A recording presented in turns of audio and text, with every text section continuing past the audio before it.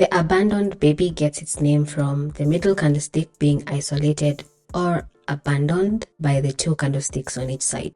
This pattern can be bullish or bearish. The bullish pattern starts with a green candle, a doji in the middle, and a red candle at the end. The bearish pattern is the opposite. We start with a red candle, followed by a doji, then lastly a green candle. There are some more conditions that make this an abandoned baby pattern.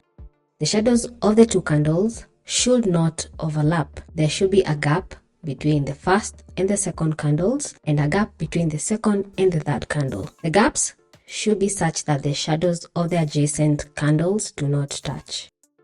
Now let's look at two potential trading strategies. So on the bullish abandoned baby pattern, we first identify the pattern. We look for a very strong downtrend. The first candle should be a large red candle indicating strong selling pressure. The second candle should be a small doji candle signaling indecision in the market. The third candle should be a large green candle opening above the high of the doji and closing within the body of the first red candle. Our entry signal will be we wait for the third candle to fully form and close above the high of the doji. We'll then place a stop loss below the low of the doji, and depending on how much risk you want to take, you can do a risk reward ratio of 1:1 or 1:2, 1:3, whatever risk reward ratio you want to use. For the bearish abandoned baby pattern, we look for a strong uptrend. The first candle should be a large green candle indicating strong buying pressure. The second candle should be a small doji signaling indecision in the market. The third candle should be a large red candle opening below the low of the doji and closing within the body of the first green candle. The entry signal will be we wait for the third candle to fully form and close